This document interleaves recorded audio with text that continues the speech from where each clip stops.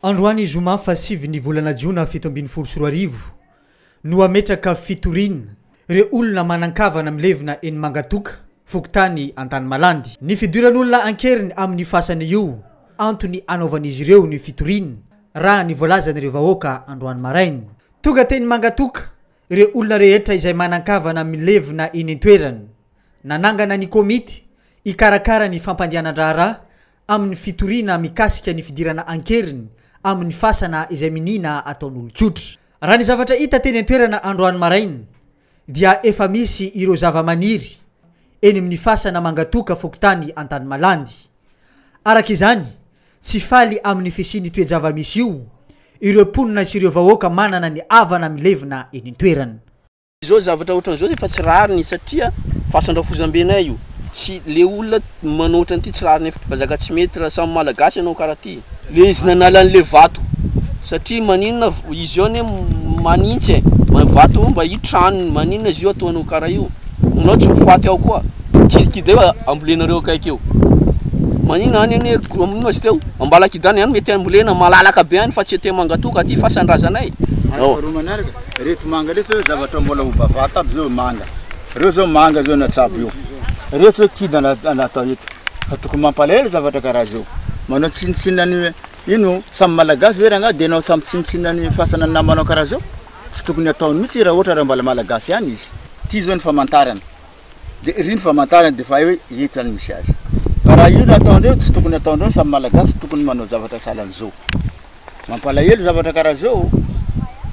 Kanefa mba tokony arainy fanjakana maso akaiky hoe tompoko fa efa misy ny fandraisana fanapahan-kevitra sy fandefasana ny antontan-taratasy nataon'ny komity Pokotany na ny filohan'ny Pokotany eny amin'ny komina Antany Malandy. Taratasy mivantana makany amin'ny ben'ny tanàna ny Mahajanga io natao io ny faraiky amin'ny telopolo ny volana May taona 2024 lasa teo iny. Ny disposition resinay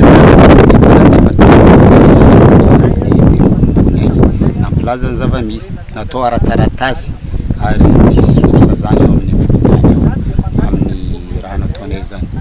Ny fepetra ile mianky amin'ny rehetra zany satria ny Fokontany tsy afaka tonga de andidy manapaka hoe tsy maintsy zao zavatsika nity satria tany misy malana izy ty najegny zany nefa ny raza io gasy hoe ino ny antsointsika hoe razako nefa zao possession lasa den'olona amboleno lady mampalahelo izy.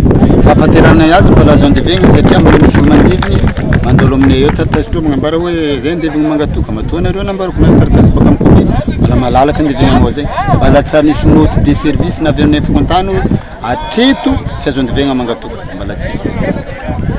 Amin'omaly zany tonga taminaka atao zay cadastre inspecteur de voirie nandeha nandrefy ty Mangatoka ty jiaby zay omaly zany manaraka tamin'io ndraiky secteur anfary ty zany nitety le faty jiaby araka lazaindreo zany io superficie io aboakandreo metinao ny andraikitra ny fanaovana bornazy matory nanao zay de